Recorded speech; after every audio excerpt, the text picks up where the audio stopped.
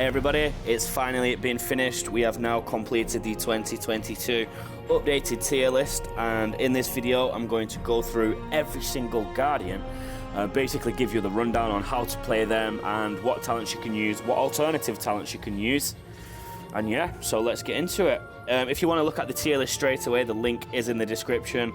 I'll go ahead and add the talent guide and the team comp spreadsheets as well, so you have everything that you will need. I will also add timestamps to this video so you don't have to watch it all, and you will know when you want to come back for future reference which specific Guardian you want to look at. You just go to the description, hit the timestamps, and you're good to go. So I'll take you through every Guardian step by step. I'm not going to go through in tier list order, I'm just going to go through in my roster order because it's much easier. So first up we have Mickey Mouse. And if you open up the tier list at the same time, you will notice that Mickey Mouse is rated S tier, and here is why. He's an absolutely insane healer. His cooldown is 10 seconds. You can play him in any team. There's two recommended builds. This is the build I use. This is to maximize his healing. So it's the common HP increase. You can choose either Empower Protection or Power Cascade. One is defense, one is attack, and then this boon. As you can see, each time Mickey activates his special, there's a very high percentage to grant this stellar boon to others, which reduces their cooldown. The alternative build is to run all three in the middle there: Empowered Protection, Focusing Light, and Power Cascade. You will do less healing, but you will also gain three kinds of buffs. You will have defense, focus, and attack per stellar charge. Also in his abilities, Master Mirror, this is the shield buff one per special ability used.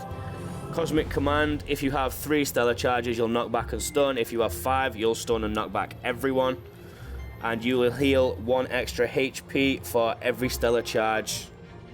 So there you go. And the way to get stellar charges is by waiting 5 seconds with Mickey, he'll grant them on his own, or using a special ability. You can get 5 in total, and my Mickey at this level heals 107 HP per tick, which is just the highest so far that I've seen anybody ever do. Next up we have Ariel, currently also rated S tier, very low cooldown, coming in at 9 seconds on the special. Again, there's 2 recommended builds for Ariel. I like to use this one, which is just all-out damage. Seize Might for common attack increase. Pelagic Force is attack buffs are 50% stronger. That is maxed. And then you can't use Restoring Ripples. For every time she does cleanse, she'll gain a little bit HP, which is very nice if you are going to use that.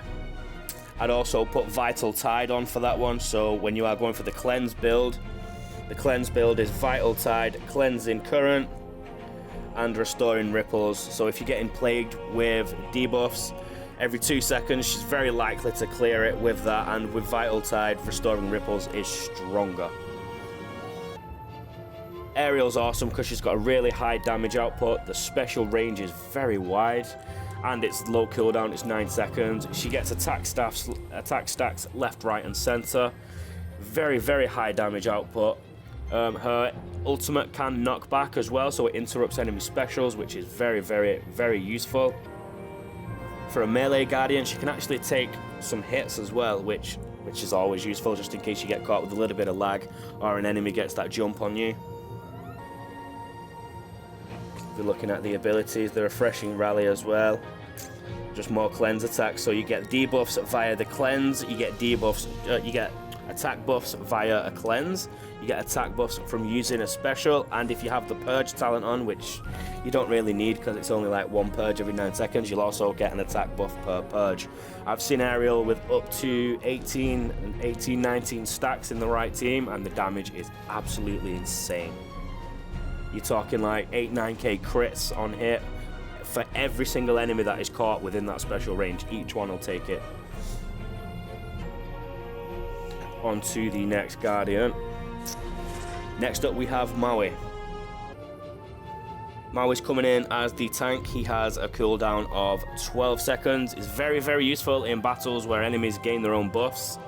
This grants Maui defense stacks with the right talent, he turns them into armor stacks, and also when he uses his special, he transfers that armor. He keeps his own, but he transfers that armor to the allies on your team, but it will consume his defense charges. So the talents I like to run are these: the Mighty Tamatoa, battling the volcano, and fighting the winged beasts. So on special ability, this is the one you need. Now grants an additional 9% to all his allies when cast. So you will just grant insane armor to all your team, which is useful. Battling the volcano, every time you get a defense buff from the core ability, you'll also get an attack buff, which is nice because your tanks usually run in, they'll get plagued, so it's nice if they can do a little bit of damage too. He has a very, very wide AoE area for his special, so you can catch a lot of enemies within it. Fighting the winged beast, each time Maui gains a defense buff from his core ability, he also gains 8% armor as well. This one is very important for his survivability too. So the only downside with Maui is if you don't have him at 4 stars, then you will not receive a full 15 stacks. You will only be able to gain 10 stacks, which is still nice, but also the special ability also has the chance to stun once you have the signet. So again, those are the talents. If you want a more defense Maui, then put on that top talent. That'll make him slightly more tanky. Again, the only downside is in battles where the enemies are not buffing themselves, there probably is a better tank, just that raw damage taking. So yeah, there's a lot of content geared up for Maui now where it is very beneficial to use him because a lot of the enemies are now gaining a lot of buffs.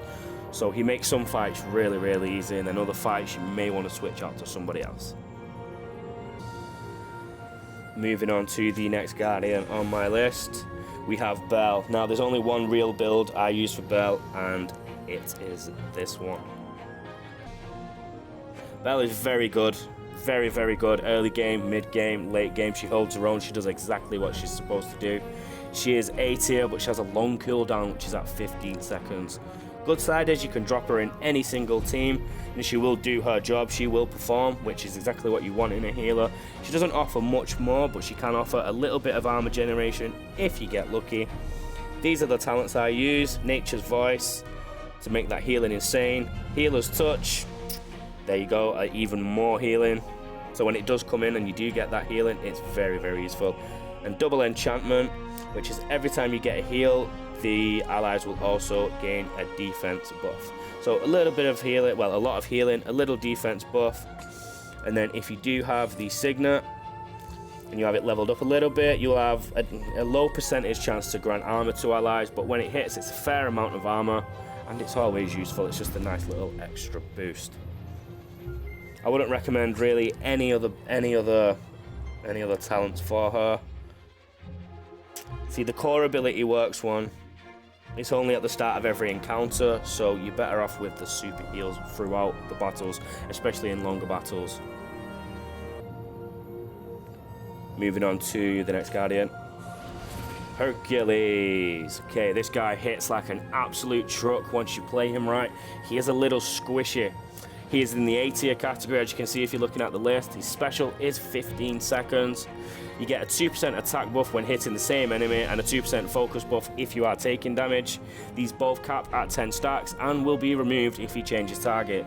His special can knock back and deals 400% damage, so it's important to get these stacks up to maximize the output.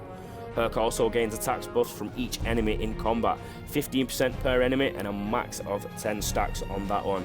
Signet can grant indestructible upon the defeat of an enemy.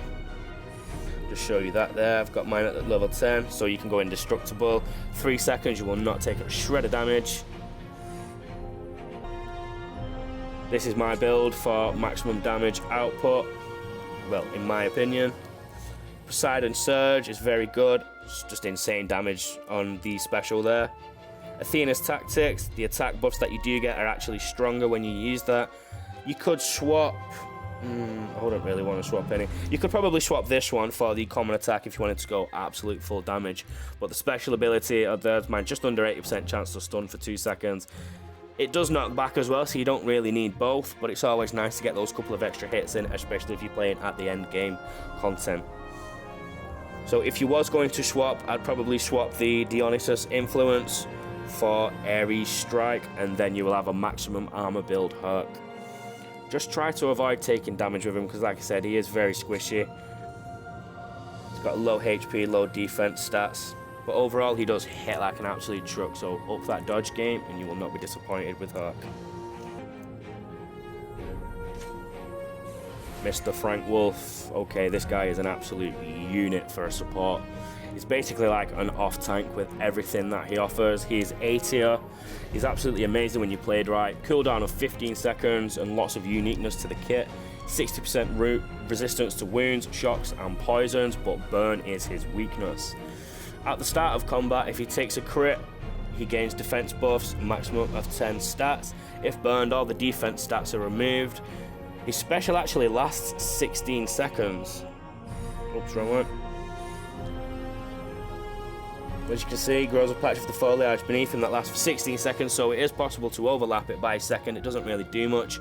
You don't have to stand in the foliage to actually receive his heal, so you could either switch to Frank, run over, drop it close, run away, or you could just press it manually and run your Guardian through it and you will take the heal. But the benefits of standing in the foliage are absolutely insane, so you're going to at least want Frank to be in there. If you do stay in it, you get 30% resistance from all ranged and support enemies no matter what they do. You're immune to root, which is the game changer.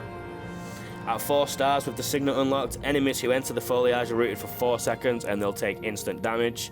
The AI controls Frank and they like to throw heavies, so that will also grant root once he's stood inside it. Might of Timbers is great for the random roots.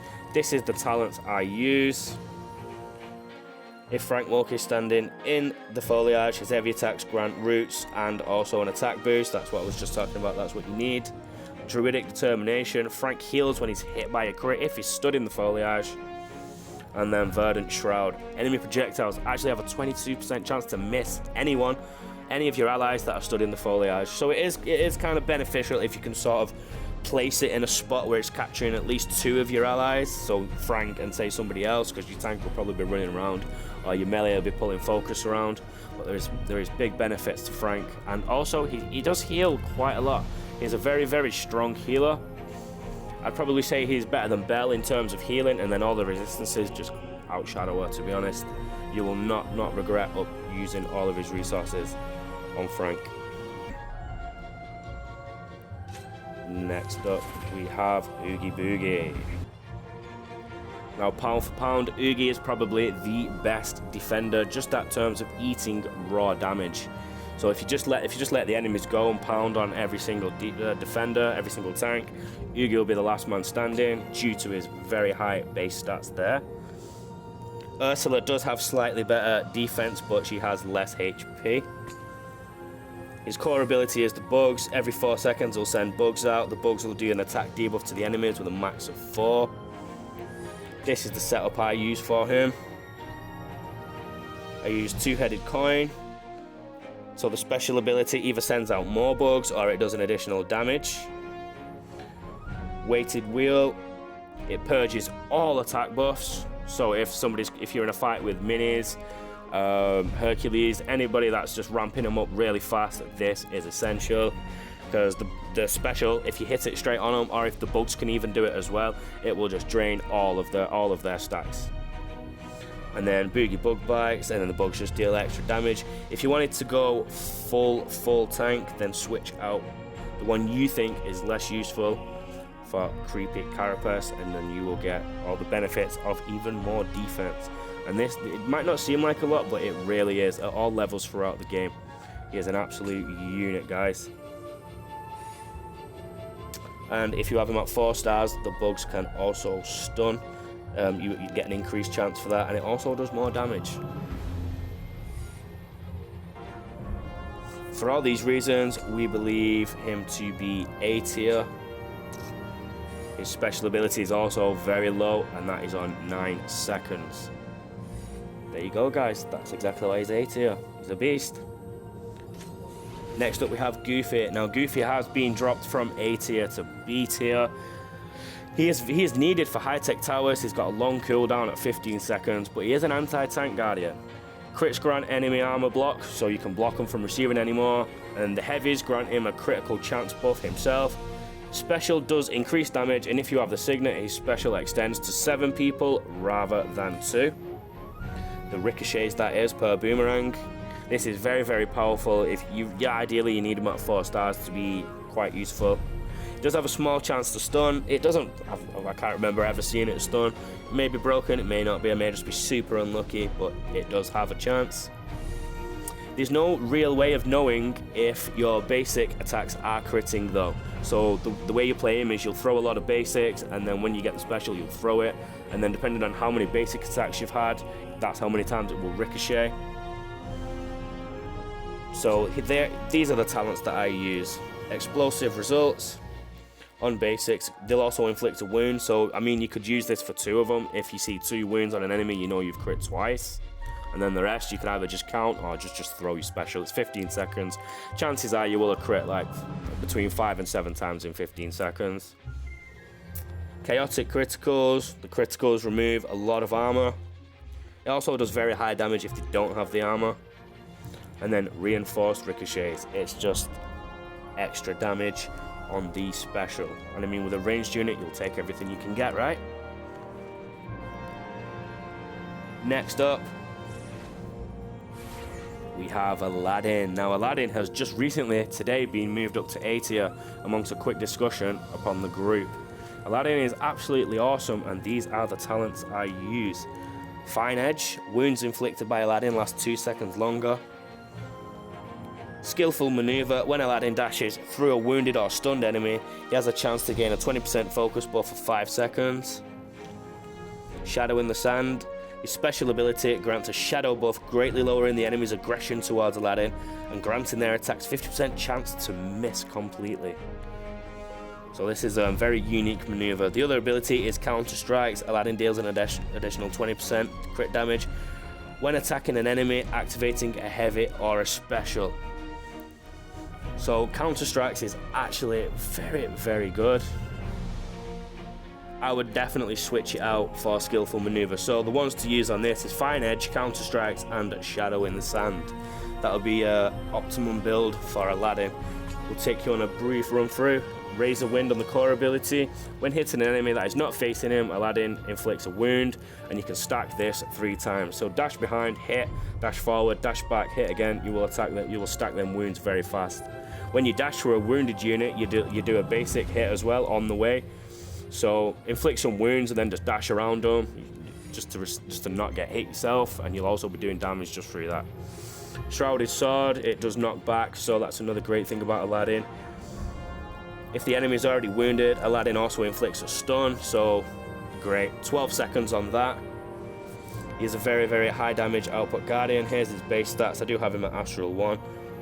Low defense, quite low HP. Not as squishy as Herc, I'd say. But with all the wounds and stuff, you can easily just go in, do some damage, run around, and watch him bleed to death. Tidy. Oh, Ben's is online, blocking my button. Okay, Judy Hops. Judy Hops remains in the A tier category. Special is at 15 seconds. She does 6 root grenades from the special, so anybody that's within the circle will be rooted for 10 seconds. Everybody takes 400% damage within that. This is what I use. Longer roots, so the roots last even longer. It might not seem like a lot, but it really is. I think there's like 3 seconds where an enemies won't be rooted in between your specials, which is just insane. You can do a lot of damage in 12 seconds. Countermeasures. Whenever an enemy is defeated, Judy has just under an 8% chance of granting a 10% focus buff, and you can stack that up to 10 times. So if you don't know what focus is, you just press it right there. The focus does, the critical chance is 16%, so that's how much chance she has of an actual basic being a crit. And then the bonus damage is very low, it's 237, but the more crit chance you get and the more focus you have, the higher that goes. So yeah, longer routes, countermeasures, and electrifying moves. Judy's special now inflicts a shock that deals 6.8 damage per second to 10 seconds to all targets. So not only will they be rooted, they'll take more damage, and they'll also be shock buffed.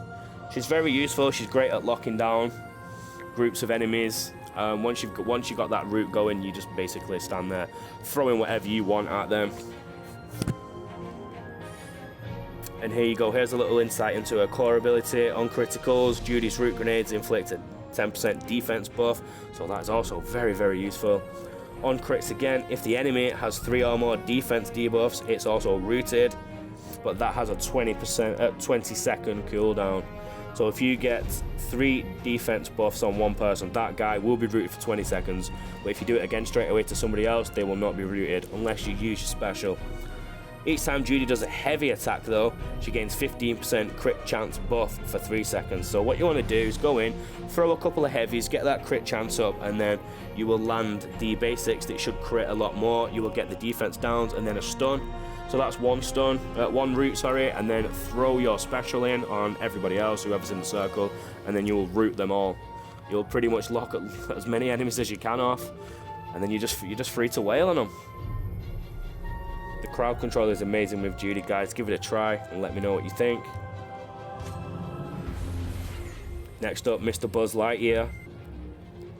Buzz Lightyear used to be rated very, very poorly, but over the coming weeks and as we've had a lot of balance changes and Buzz had a minor kit rework, he's been climbing the ranks. He's doing very well for himself.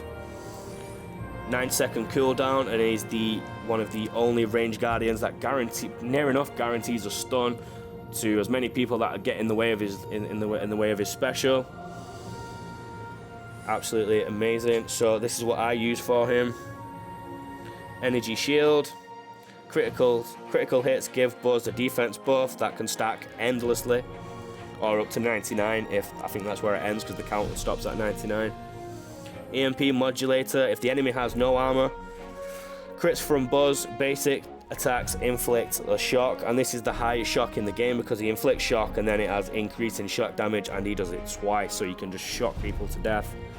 Disruptor upgrade. When Buzz activates his core ability, he removes an additional percentage of armor, and the shock is even stronger. So if we relate that into his abilities, Disruptor Pulse. Buzz's basics remove 5% armor from enemy targets. He is another anti-tank guardian. But what's great about him is he can do it very, very fast and applies shocks as well. Buzz's heavies remove 20% armor and have a 60% chance to inflict a 5% shock. And after a dash, this is a unique ability for Buzz only. Every dash you'll manage to keep the 50% focus buff. So when you dash, you'll have the icon that'll pop up showing you've got a focus buff, and then keep dashing and it just won't move. At 4 stars, you have disruptive plating. When Buzz uses his special, he also gains himself a little bit of armor, which is useful for a ranged unit. Just in case you do manage to get caught, you have that little bit more defense. As you can see, they have very low HP and they have quite low defense stats, but the focus is high. It's got 15% there. Don't forget you've got the talents and one of the abilities that boost that up, and then the damage is at 219 for the crit. On to the next one, we have Scrooge McDuck. Quite underwhelming for a healer.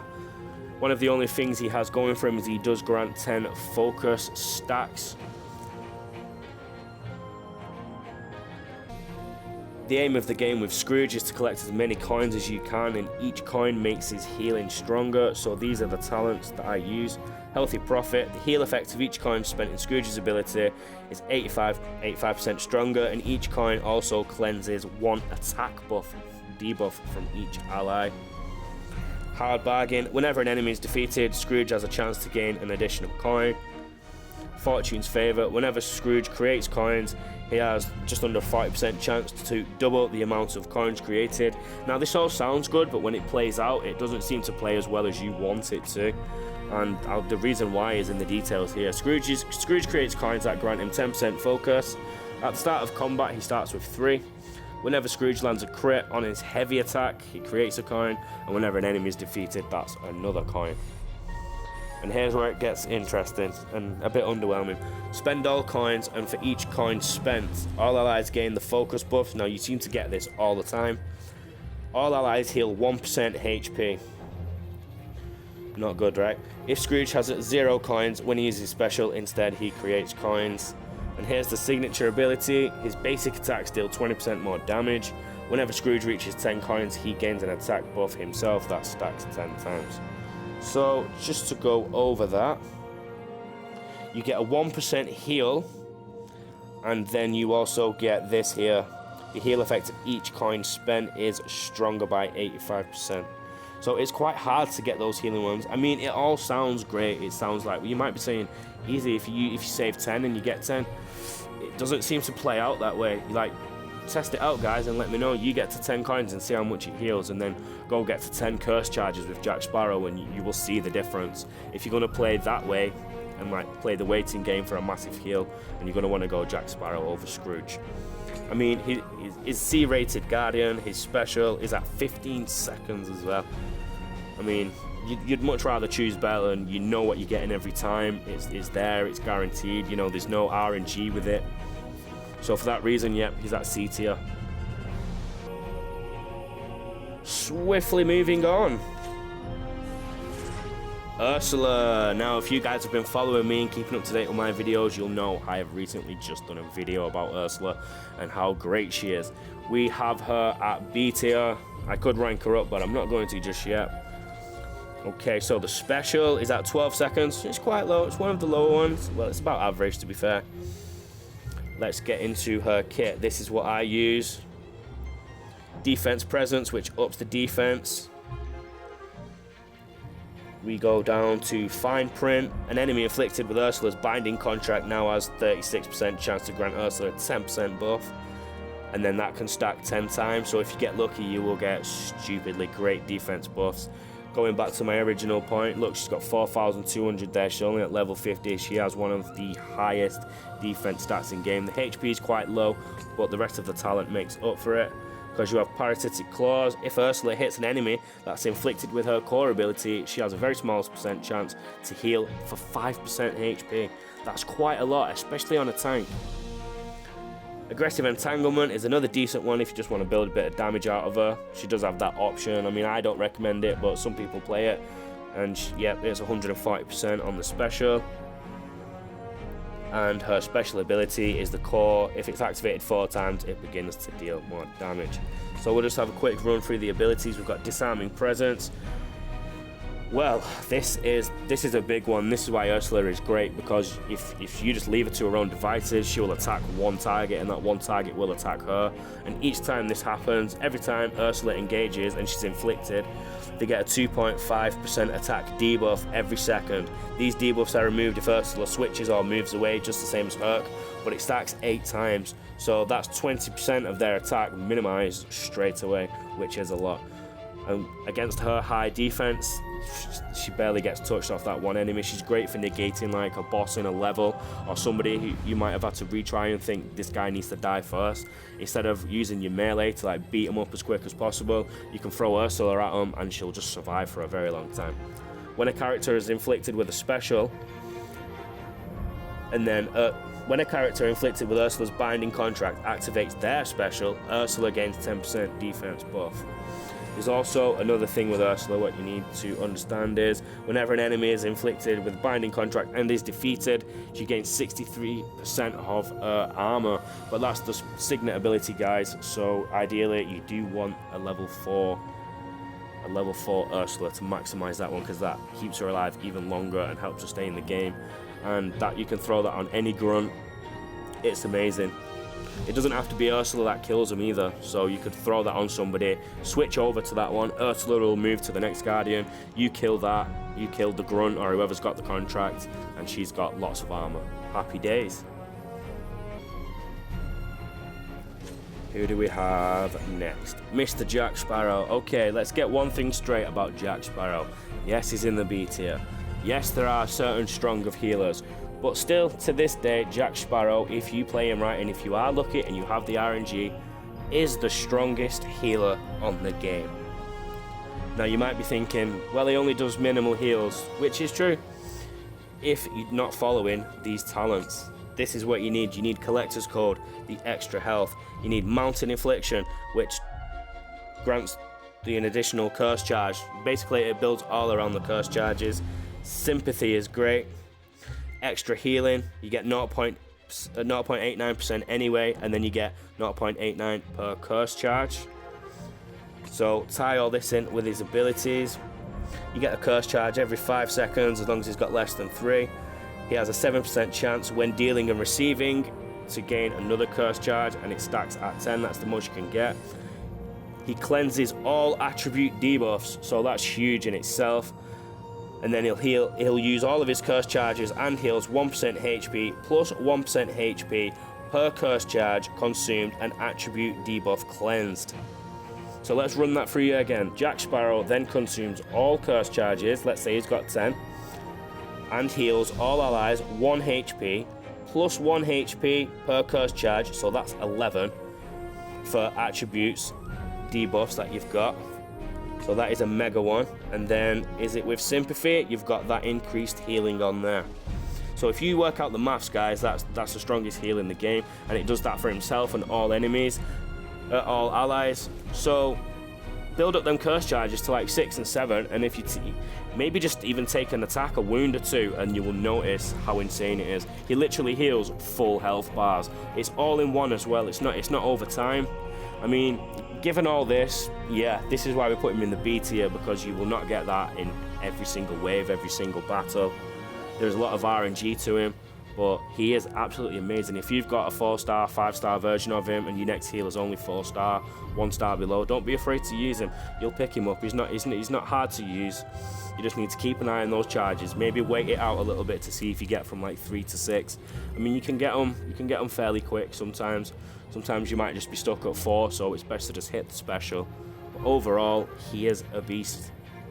Needed in the Seafaring Towers too, guys, so if you want to do well in those towers and farm the books, you'll bring him in. Okay, next up, Gaston himself. Now, Gaston is arguably the best ranged in the game at the moment. I'm not 100% too familiar with Gaston. I have used him a couple times, but from what I believe and from what AB always bangs on about is the best way to use him is throw a heavy attack first and then wail away with your basics. So heavy attack inflict a wound. The wound does 20% damage for 5 seconds. While his target is inflicted with wound, Gaston gets a crit chance, so there you go, that's absolutely massive. And Gaston's critical hits purge 1 defense buff when they're inflicted with wound. Special ability, 9 seconds, does 300% damage on hit, and if they're wounded, it does 500% damage on hit. So yeah, it's very important to throw that heavy first, make sure they're wounded. At 4 stars, you'll get the Sig ability, and when Gaston damages an enemy below 30% HP, he gains an attack buff, which is massive. So this is what I have. Insult to injury. Each time Gaston purges a defense buff, he has a 39% chance to inflict another wound, dealing 10% damage. Prized possessions. Each time Gaston defeats an enemy, he'll get a focus, which stacks 5 times.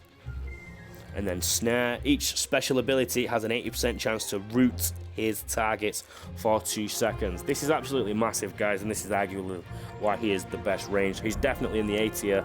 So him and Judy are the only 2 that are in A tier. Let's take a look at his stats there. He's got very high there, very high. Plus you'll get the 15%, so he's got 30% crit chance once you've built him up right. The damage is good. He's got lots and lots of extra damages. The wound also comes into place. If you want to see more Gaston, go and check out Ibby's in-depth deep dive, and you'll also have some gameplay footage where he shows you exactly how to play him. It's his favorite guardian, so he knows what he's talking about on this one. But yeah, Gaston at A tier, that's where we rate him. Ian Lightfoot. Now, Ian Lightfoot starts out as a really great healer. He starts out better than Belle, but over time, as you start leveling everybody up and ranking them up, you will get better healers. But he is great at buffing the team. One of the downsides to Ian is, if you look at his abilities here, there's no HP boost, which means his heal only ever stays as is. He only heals the percentage based of his overall health. But all that aside, we have him at the C tier, and these are the best ones I believe for him. All 3 advanced talents. His attack buffs are stronger, his defense buffs are stronger, and then powerful legacy is the strength of them lasts longer and they are stronger. So all the buffs that you put on, the attack and the defense, when you use them on special, they alternate. One special you'll get an attack buff, and then after some time, it's not necessarily every cast special changes, you'll notice it above your special bar at the bottom. It'll change from blue to red. Blue is defense, red is attack. So yeah, those talents increase them and make them stronger. Lessons of Yore, every 10 seconds switches between strength, which is 5%, and defense, fortitude, which is 15. Your choice, he heals 2.5% each second for 6 seconds, so he's got a slightly longer heal than, say, Belle, which is at 4. If the strength charge is active, all the allies gain an attack buff, and if the defense charge is active, they'll get a 10% debuff. So he's slightly more defensive than an offensive one, but if you pair him with somebody like Hercules, Aladdin, Rapunzel or Ariel, you can really get those attack buffs really high and start to do some mad damage. If you're going for a more tanky approach and you want to put in with somebody who maximizes tank ones, you could go with somebody like Maui, Baymax, Ursula and Oogie, and they'll just be even more defensive. Anything else for Ian? Let's take a look at his signet for you guys. Magic Reversal. When the strength charge is active, Ian's special ability inflicts his targets with a defense debuff, and when the fortitude charge is active, Ian's special ability inflicts his targets with an attack debuff. Now these aren't very big, but every little helps, I guess. But yeah, he's at C tier, and if you're just strictly looking for a healer support, then he is not the guy for you. But he is needed in the dungeon, so it's always worth to upgrade him some. My Ian is currently at level 50, he stays there, and no matter who I put him on a team with, an Expert 1 will breeze through it. At Expert 2, he does alright. I may need to use some potions, but he holds his own. If I put him up to 60, it may not be a problem. So yeah, you want to put some resources into him, but for general content and for healing, use somebody else, guys. Ooh, next. Baymax. Baymax is an absolutely amazing tank. I think he's the only tank that is immune to wound. Take a look at his special here. His special is 15 seconds, it's very long. His special can stun, it interrupts. He is in the A tier category, guys, forgot to mention that. Whilst you're in the field, and you will also, when in the field, Baymax and teammates gain 1% of their total defense as armor. Enemies within the field inflict with a stun, so when you pop your special, they're stunned. And then, where are we? Defense aura. Baymax grants 25% defense to other teammates in it. Is immune to wound and now poison, but we're still yet to see anybody with poison in the game. At 4-star, you get life system support. Other teammates under 16% HP heal for 1% while they're in the armor field. I've yet to see this be used. I've not really used Baymax for a while, but these are the talents I do use for him. So you go armor chip.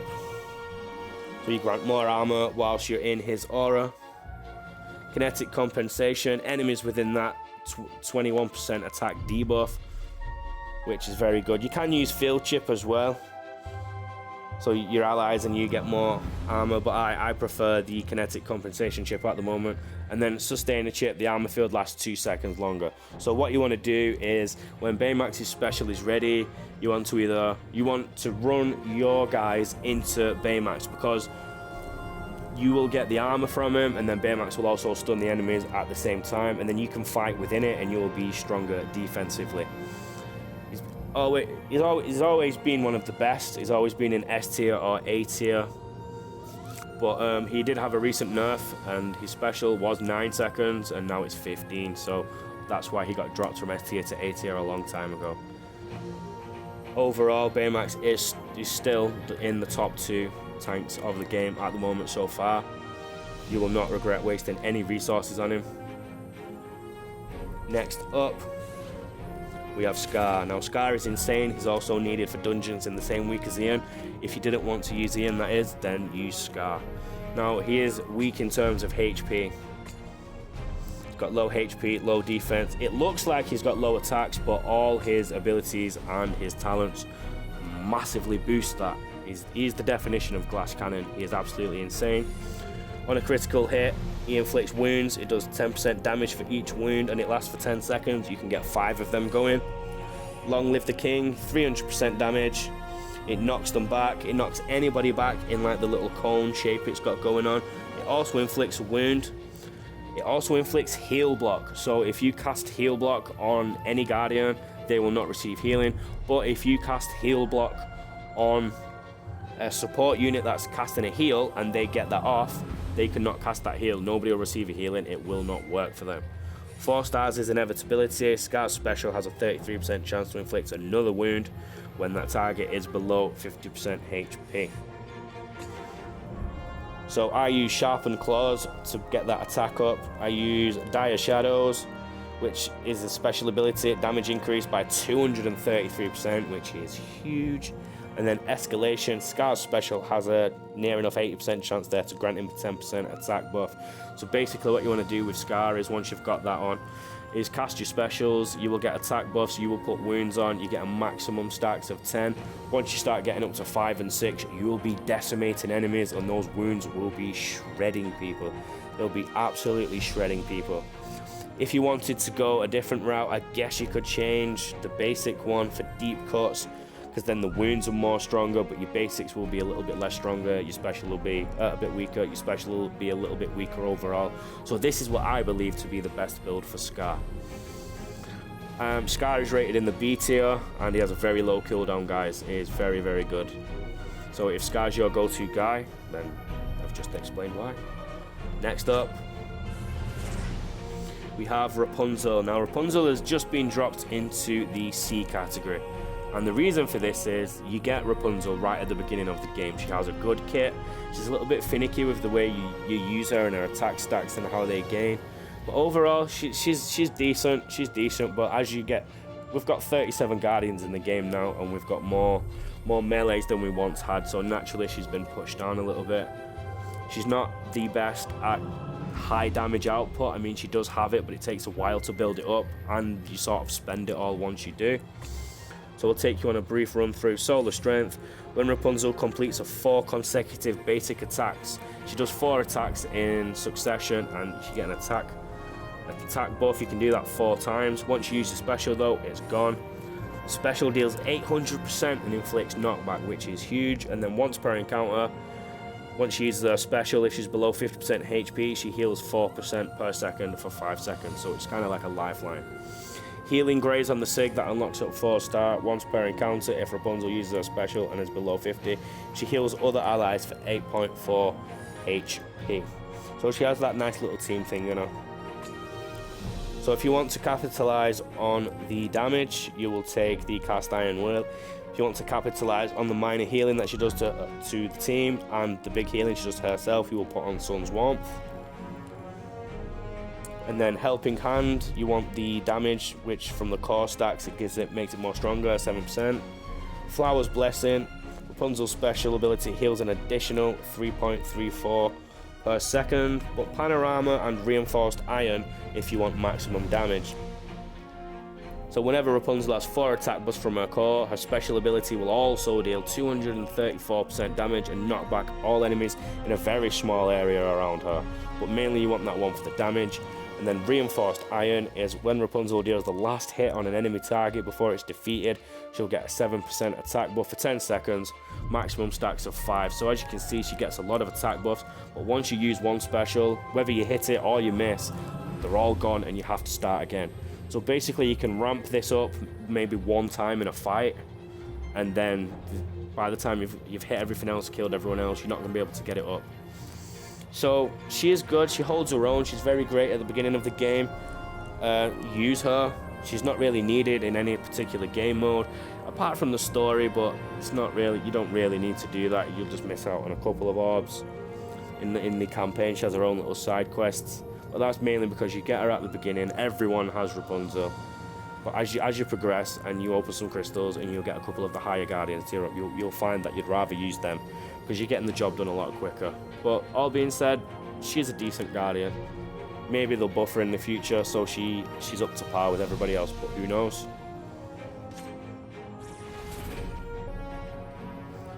Okay, Maleficent used to be amazing, and then she went absolutely awful, and now she's just one step above awful.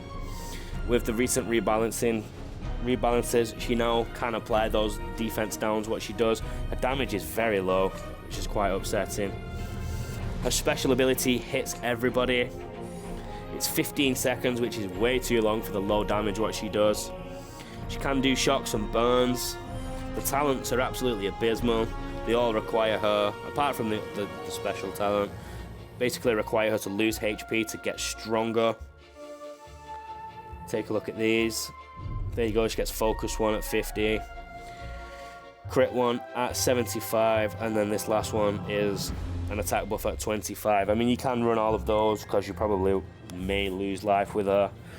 Basics do have a chance to apply defense down, and heavies, the crits, instant 50% shock and a 5% defense debuff. These can just continuously stack, they can just keep going forever.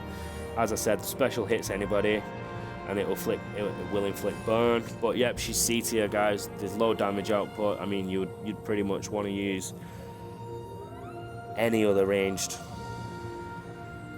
To be honest, she should probably be put back in D tier. She's kind of fun to use, and everybody likes Maleficent, the movie.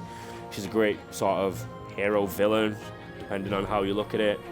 Ultimately, they need to rework her talents for anybody to really want to use her. So yeah, we've put her in C tier, but she's like C, D tier. She's kind of in the middle, guys.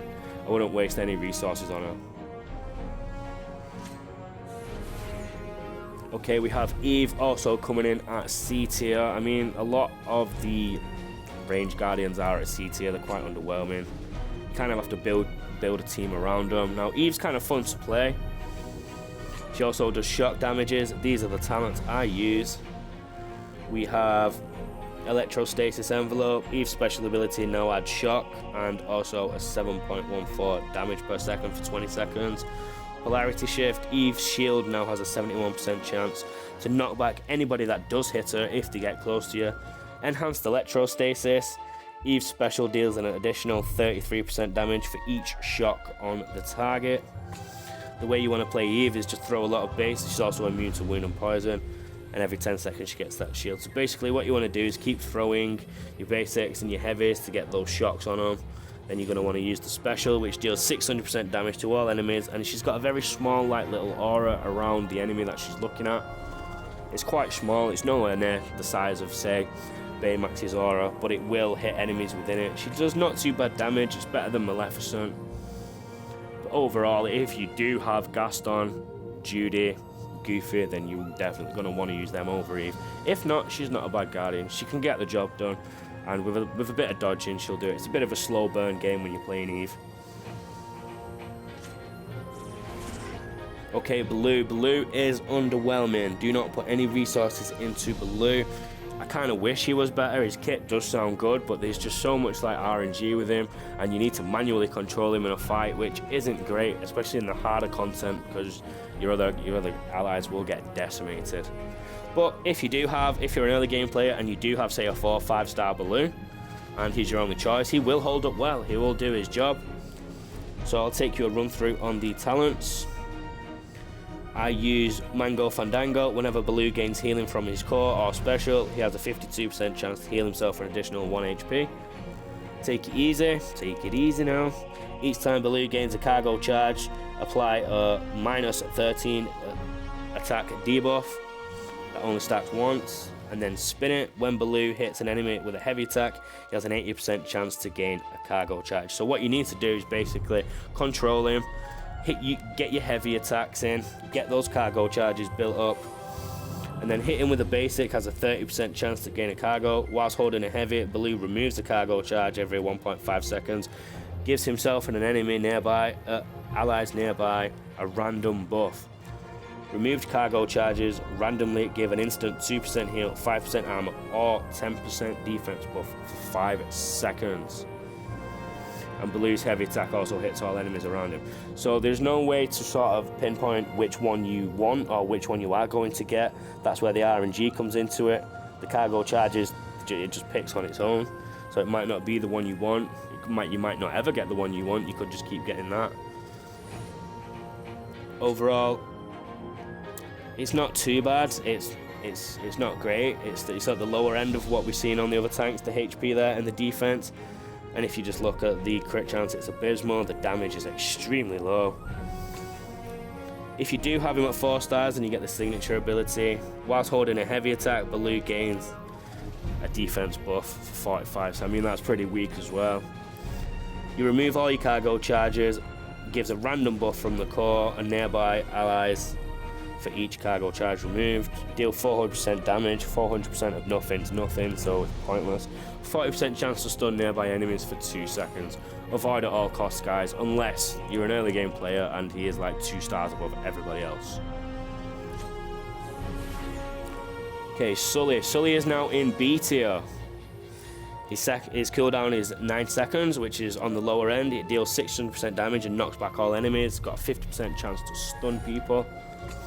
This is what I use on Sully. Sully is a decent tank, but he also does a bit of damage too.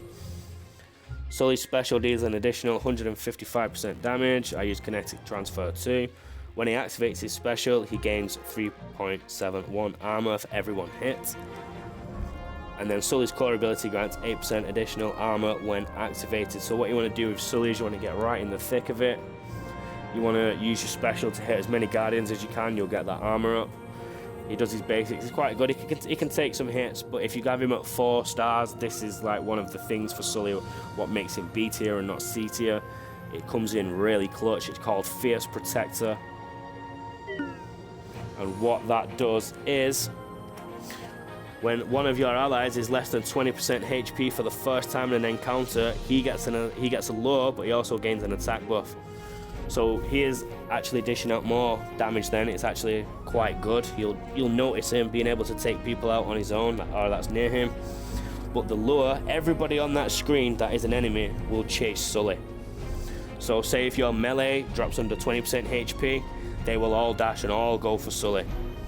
So if you're in the final wave and you've got people chasing you, a load of melee guardians, then you can just literally control Sully, run him around the edge of the map, everyone will follow him, and your ranged unit, your support unit, or your melee units, whichever of the 2 you have, will finish the rest of the battle. As long as you just keep Sully alive, it's as easy as that with him.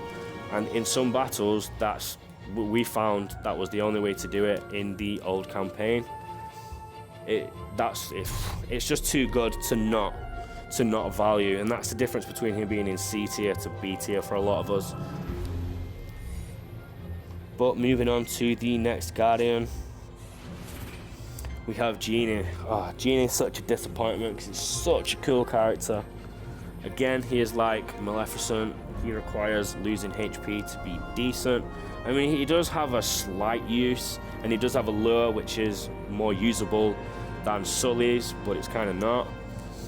So the talents I use for him are all 3 wishes, wish 1, 2, and 3. When he drops below 75%, he'll get a defense buff. Wish 2, 50% HP, he'll get the armor buff. And then Wish 3, when Genie drops below 25 for the first time, he makes all of the party members indestructible. So if you are using Genie, the thing to know is every 25% HP he loses, he goes invincible for some seconds, and at the end of it, he stuns people. So if you're fighting an enemy Genie and he's taking 0 damage, just move away because he'll hit you back. And if you're too close, he will stun you.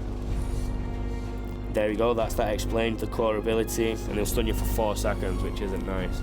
Special ability does 400% damage to all enemies, and he gains a 20% defense buff and lures enemies for 10 seconds if they're close to him.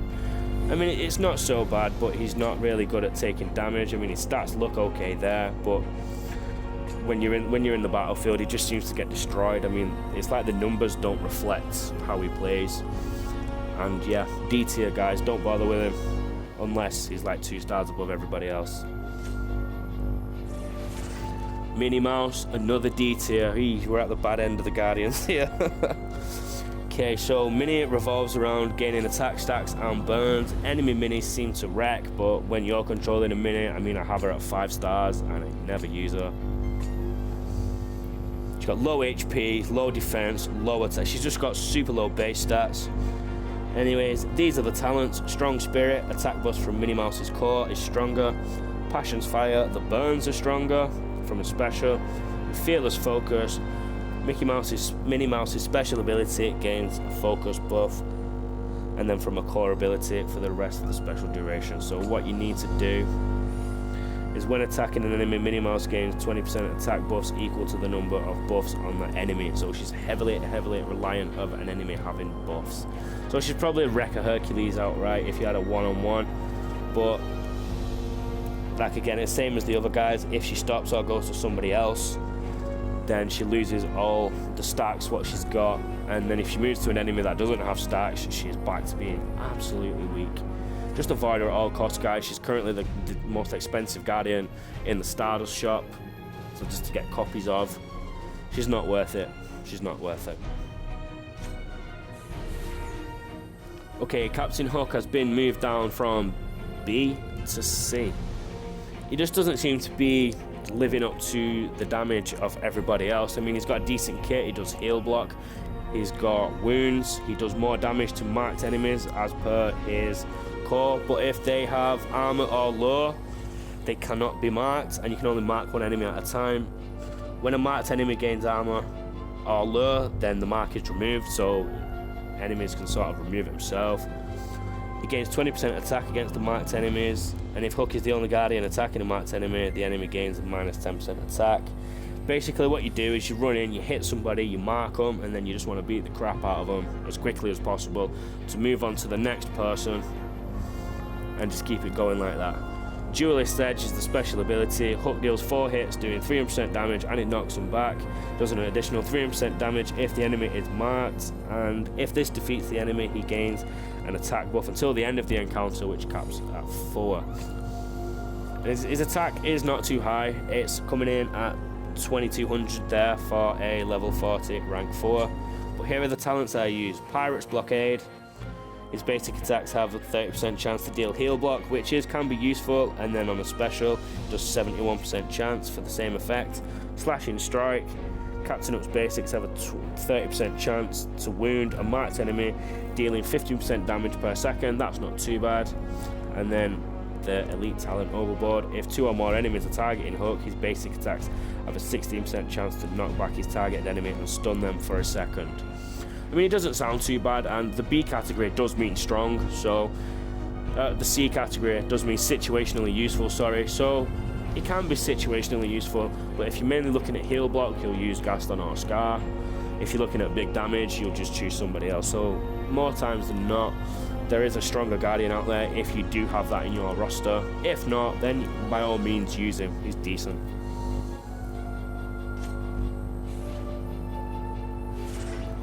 Okay, Merida. Merida is still in the C tier. She is nowhere near as good as she once was, but we'll put all that behind us now. It's a new year.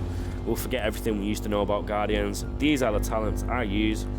Wrathful Spirit, a special ability. It now deals an additional 5% damage on crits. So it's very important with Merida. You need to be getting these crits. Basic crits now deal 42% damage. And then I also use Wounding Wisps, and basic attacks that crit inflicts a wound that does damage per second. So what you need to do with her is just be getting these crits in. A core ability is Wisp Focus. Every 8 shots, Merida gains a Wisp Focus buff for 5 seconds, granting 20% crit chance. Bear Spirit. Merida deals 400% damage. If she has Wisp, enemies around her are also hit. Hit enemies also inflicted with a wound. So basically what you want to do is throw your basics, you'll get the Wisp icon at the top, and then once you've got that, cast a special. This is your best chance at getting a crit. At 4 stars, you have Dunbroke Battle Cry. Wounds inflicted by Merida are stronger, so it's not the most amazing one. You look at her stats, she has decent focus, 12% chance of crit plus the other crit. I mean, you do kind of have a bit of a chance to crit, but if you're looking at better damage and more crowd control and basically just an overall better ranged one, then you go with the Judy, Gaston, Buzz, even Elsa. So she remains in C tier, and the special is at 12 seconds, so it's average time. Next up, next up we have Mike, another D tier. This is the last person in the D tier category now, so we've hit all 4. These are the talents I use on Mike. The last 3, Encouraging Words. The heals are stronger, Proper Threat, the armor gained by all allies is stronger, and then you got this buddy ally specials also deal more damage. I mean, this all sounds great, but Mike's basically a sitting duck on your team. You go to his special, Current target gains lower for 10 seconds. So basically, when you go to use Mike's special, the Mike and the AI ally will just start attacking the one that it's looking at. Allies gain 10% armor and an 80% chance to cleanse one attribute debuff.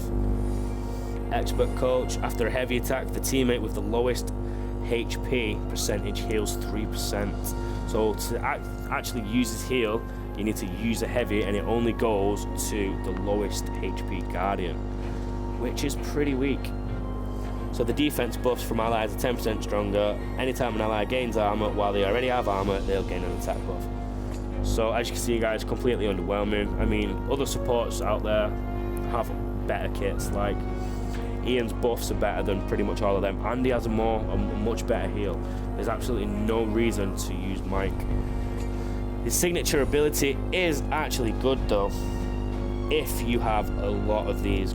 He grants 3.92 to all attributes for all allies when Mike is on the team. So if you bump this up, it just goes crazy. Look, you can see it keep going up.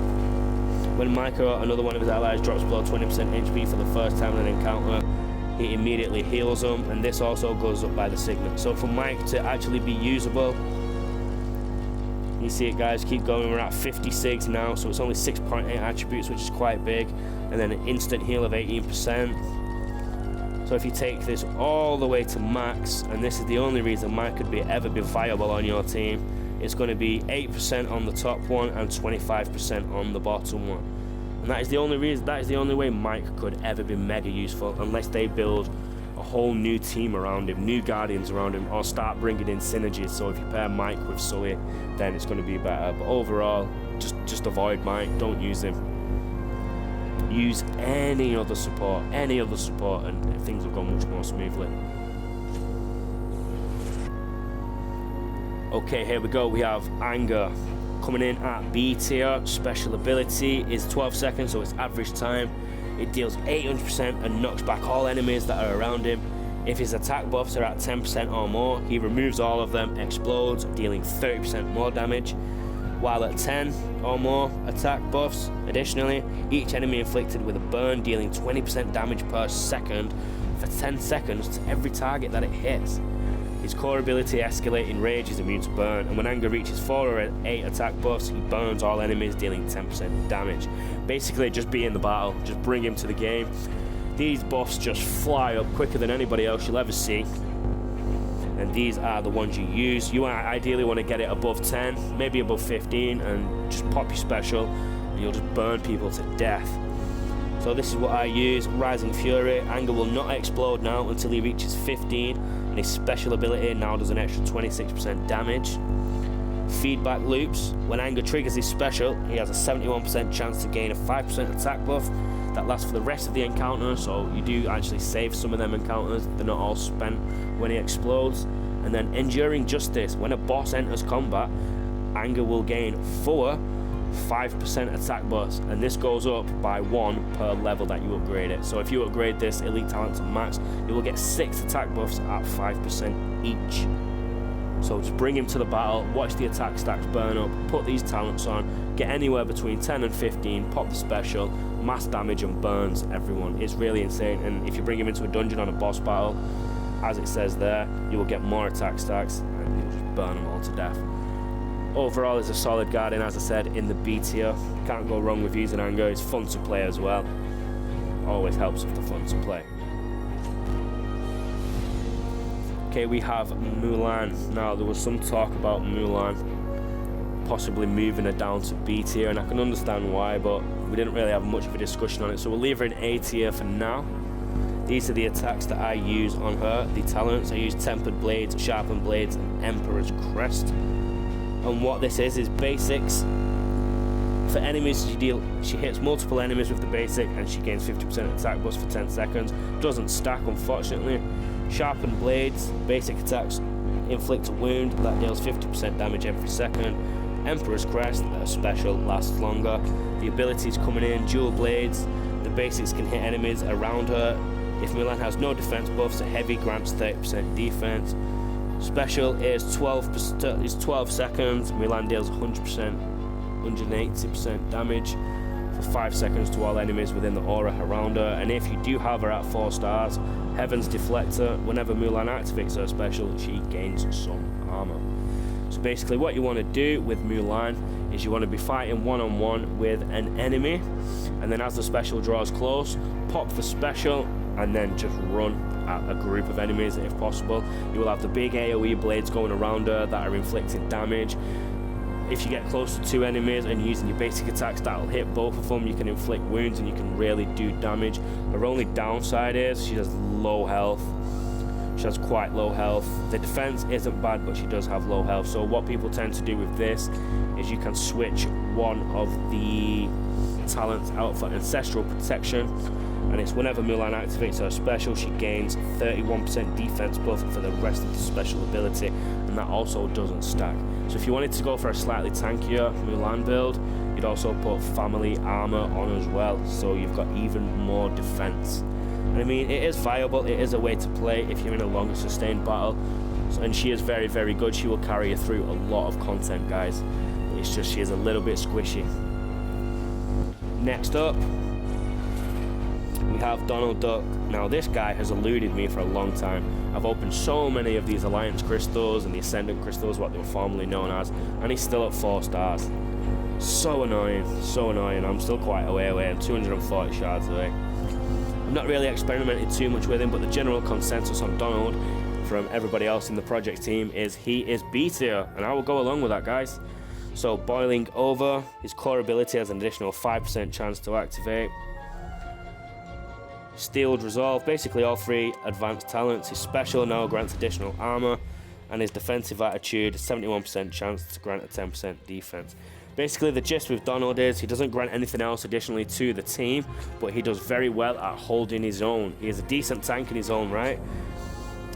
Can't really, well, look at the HP is pretty good there for a 4-star version, and the defense is quite high for a 4-star version, so it's only going to get better after that.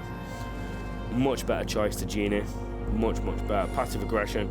Each time an enemy hits Donald, he has a 10% chance to grant himself a defense buff. So as you can see, as he's taking damage, which is the point of tanks, he's just progressively getting stronger and stronger and stronger.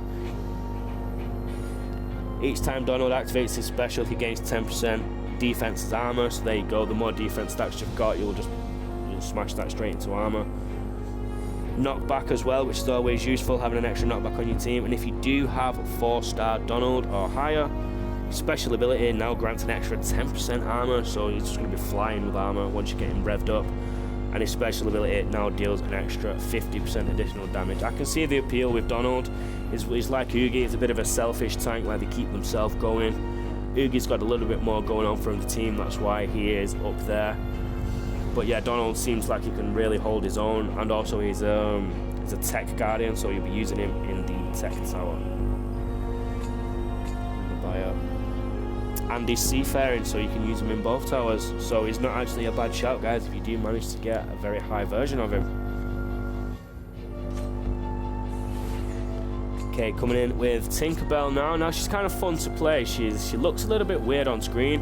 Like, the big Tinkerbell is not her, that's her projection. But if you see the tiny glowing one there on the screen, that's actually the Guardian. She is at C tier, and what you want to do with Tink is, let's go through her.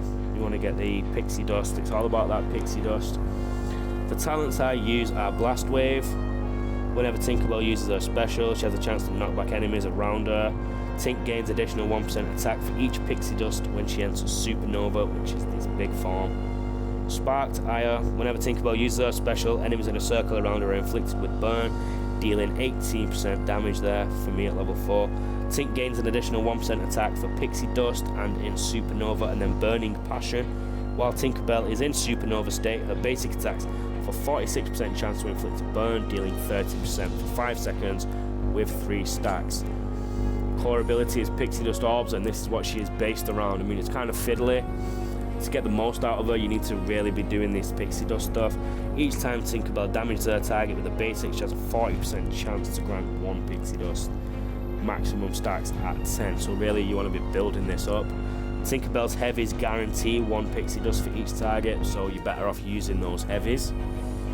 Supernova state. When Tinkerbell triggers her special ability, she enters Supernova state. gaining an attack buff equal to 8% attack for each stack of pixie dust, so that can go up to 80 if she can only get 10 stacks of pixie dust. Tinkerbell deals 100% damage plus an instant 300% burn to enemies in a circle around her, and begins to deplete her pixie dust at a rate of 1 dust per 0.75 seconds. And when it's fully depleted, she exits Supernova and her attack buff is removed, while in Supernova, Tinkerbell's attacks do not generate pixie dust. So yeah, basically need to stand there, throw in heavies, get the pixie dust up as high as you can, and then run in so you're very close to your enemies. Pop the special, you'll enter Supernova, you'll do the mass damage, you'll do the burn, and you'll get all the benefits of it, and then it will deplete, and then you've got to do it all over again. As you can see, the damage is super low there. She is at 4 stars, but that is still super low. Focus isn't too bad. HP and defense is abysmal. So yeah, guys, she's not too bad, but I wouldn't. She's fun to play. She's a candidate for D tier, to be honest. If you're looking at saving your resources quite a lot, then yeah, I'd probably avoid this one, unless you're an early game player and you've unlocked her at 4 or 5 stars.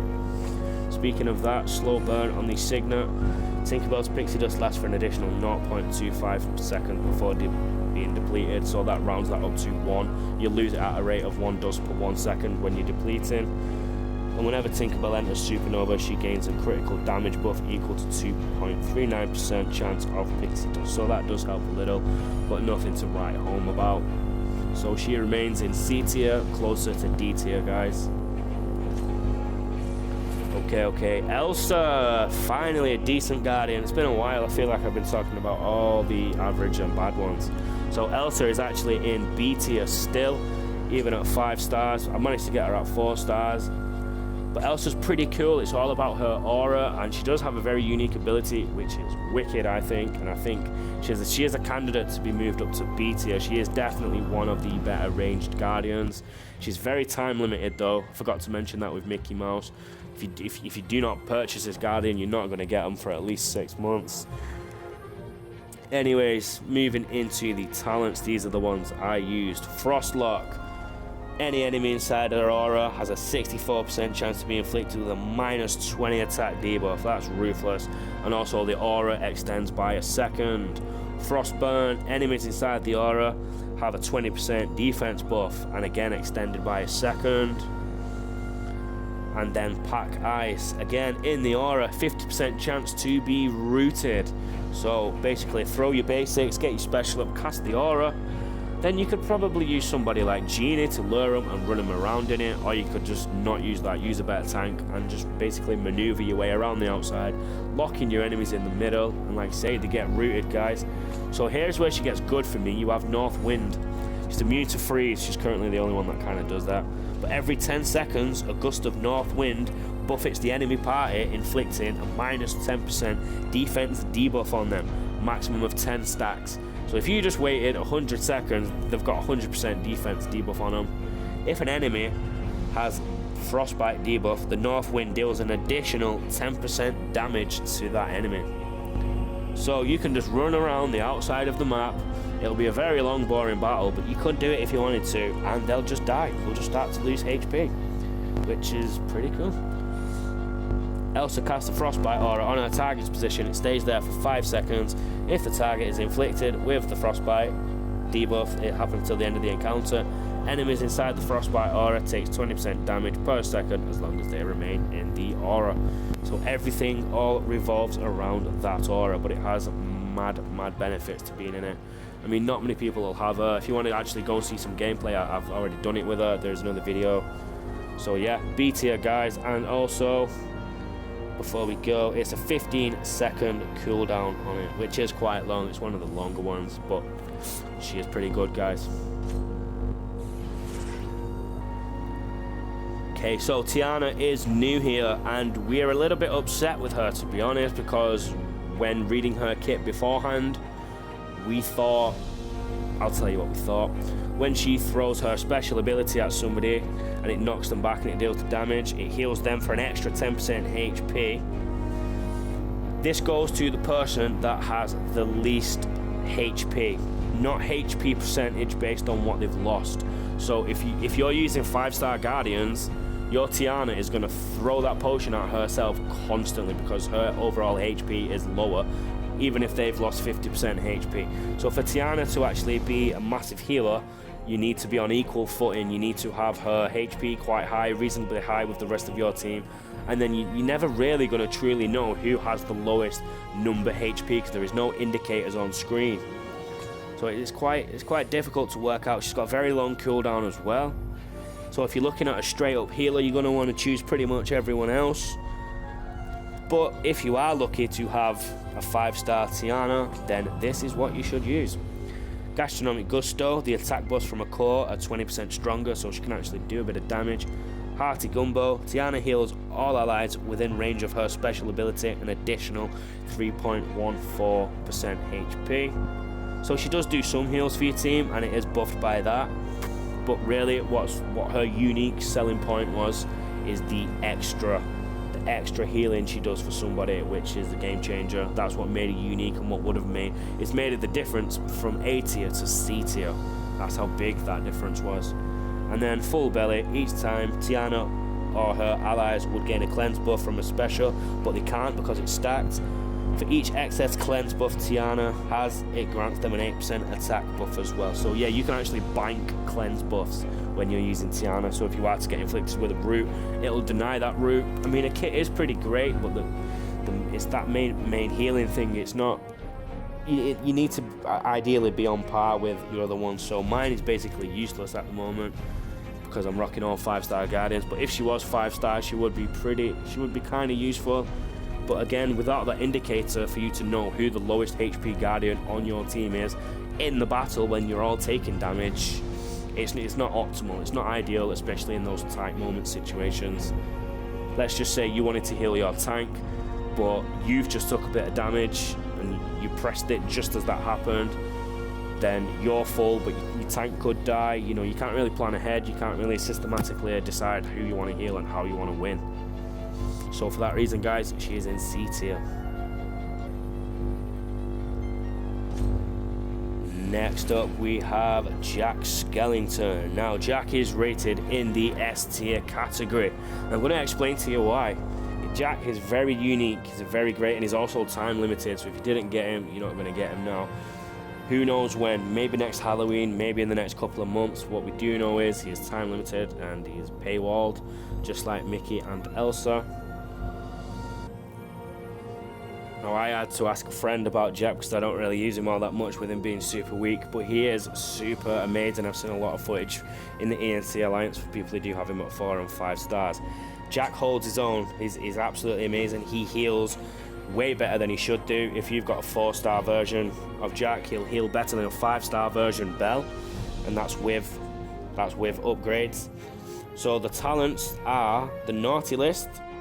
Jack purges a buff from an enemy that is inflicted, and he'll also inflict them with a minus 18% defense debuff. The Nice List, at the start of an encounter, all allies gain a 15% attack buff. And then the Perfect Gift, so the lists and the gifts, attack buffs and heals from Jack's core and special are 30% stronger, let's call it. And whenever Jack uses his special, he has a 30% chance to heal 2.5 per second for 5 seconds, so you can see the appeal on that. It is pretty huge.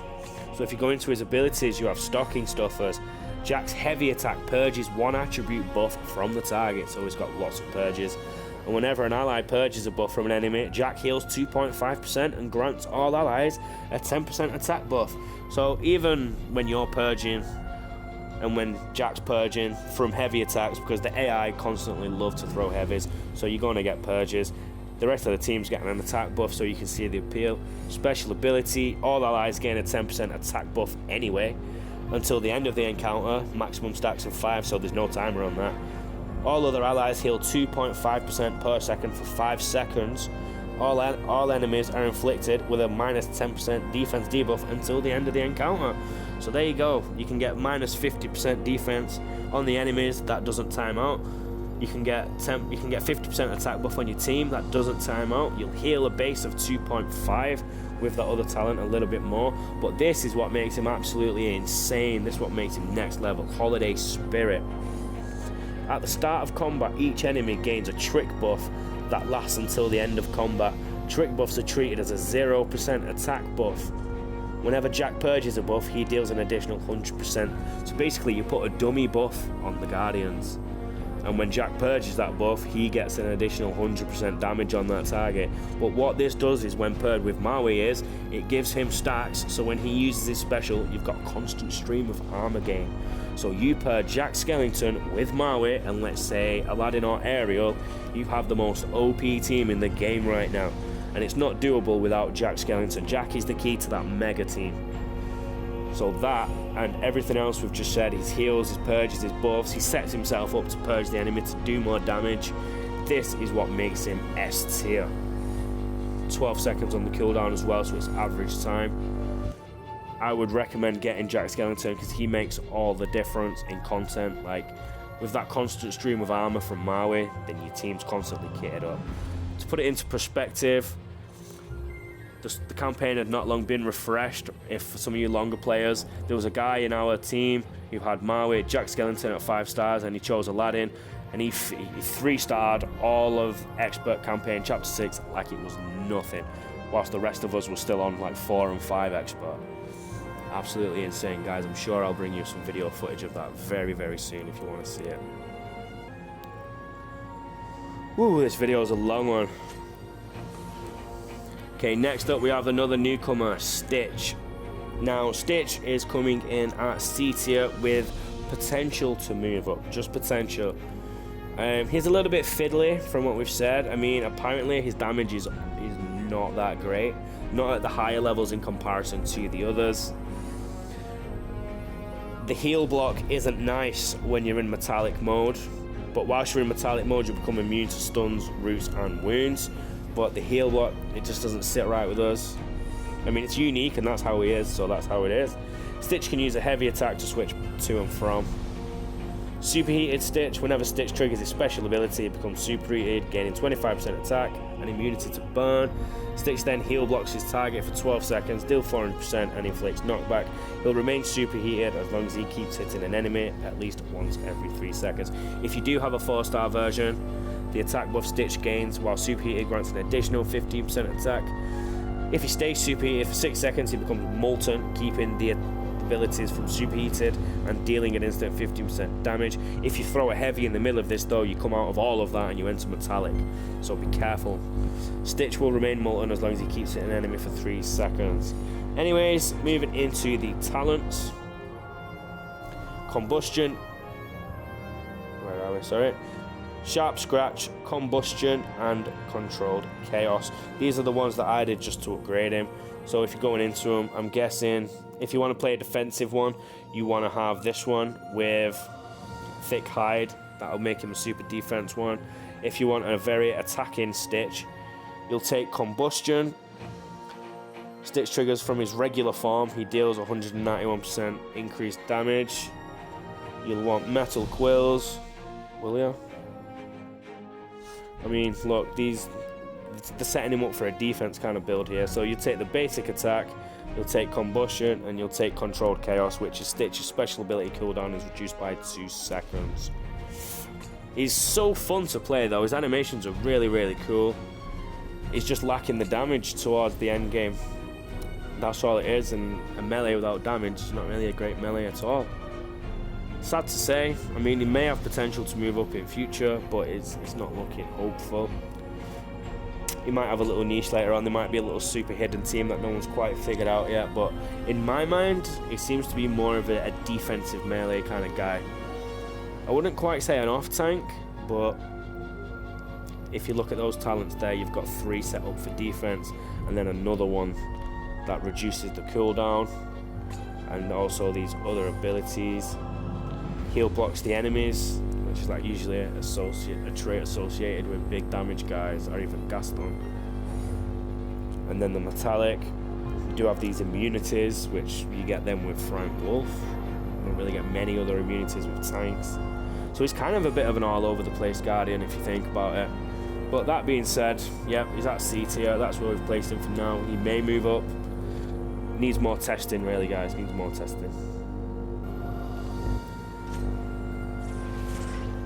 Okay, we have Hades. Now, we've not really seen much of Hades. Hades was the first Guardian to come out before the wave of paywalled Guardians, which we had. He was kind of in the middle, and if you didn't get him then, he's not entered the common pool yet, so nobody's had a chance to really unlock him and get him up. But to start, we've put him in the C tier. Now, this could change. This could change.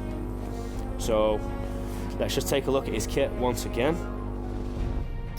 You have Pain and Panic, which is the focus and the attack ones. You have all the emotions, which is Spite. On critical hits, Hades has a 50% chance to apply an attack debuff. On crits, Hades attacks purges an attack buff or a defense buff for each burn on an enemy that they hit. Fury, Hades special deals an additional 50%. Hades special deals an additional 100% for each burn on the target, so you want to be applying burns, it seems. Cruelty, each time an enemy gains armor, Hades gains focus, so that's like an anti-tank kind of thing. And then Arrogance, Hades special inflicts a burn dealing 10% damage for 3 seconds. All of Hades' burns are increased by 3 seconds for each enemy defeated by his special ability. So you want to be applying burns on people, and then you want to be burning them to death, really. And then you'll get increased burns by the looks of it. I mean, he definitely needs more testing. Not many people have him. The Well of Tartarus, he's immune himself to burn. Crits inflict a burn. If the target has armor, then the burn's doubled. So burns aren't really super strong though. Not without high attack stats. Well of Souls, Hades deals 200% damage to all enemies in a small area. 12-second cooldown, so it's average. If the target does have a burn, they'll suffer 400% instead, so that's double damage. And it also inflicts a burn, dealing 10% damage. So as you can see, it's heavily reliant on these burns. So the crits to equal the burns, the special to add burns, make burns more, and then do more damage. It's all burns. And if you do have the signature ability unlocked, or when you do have a chance to grab him, if you are lucky enough to get 4-star, you'll have Last Laugh. If Hades defeats a target with his special, that target explodes, dealing 100% damage to all enemies. That doesn't really say if it's in an aura, but I don't think it is by the wording. So if you use his special and your special finishes him off, then everybody else is going to take damage. Every other enemy, that is. Next up. In fact, no, that's it, guys. We've just gone through the whole 37. Ooh, I know. I'm tired too. I know I mumbled my words up quite a lot in that as well, so apologies for anything like that. If you need anything cleared up, just let me know in the description and I will go through it. As I said at the start of this video, I will link in all the information for you guys. I'll put in the tier list, so have it open as you're going through. I will put in the timestamp so you can just come and click back to any Guardian you want, whenever you want to do it. Show it to all your mates, like and subscribe to the video, do all of that jazz, get it all in. And my next video, I'll probably start doing some tower runs for you guys, as well as the usual Guardian showcases as and when they're available. I hope this guide has been extremely helpful for all players of all calibers, high, low, young, old, everybody. I hope it helps, guys. Let me know. If there's anything else you want me to do, just give us a shout and I'll get it done. Thanks for watching, people. Take it easy now.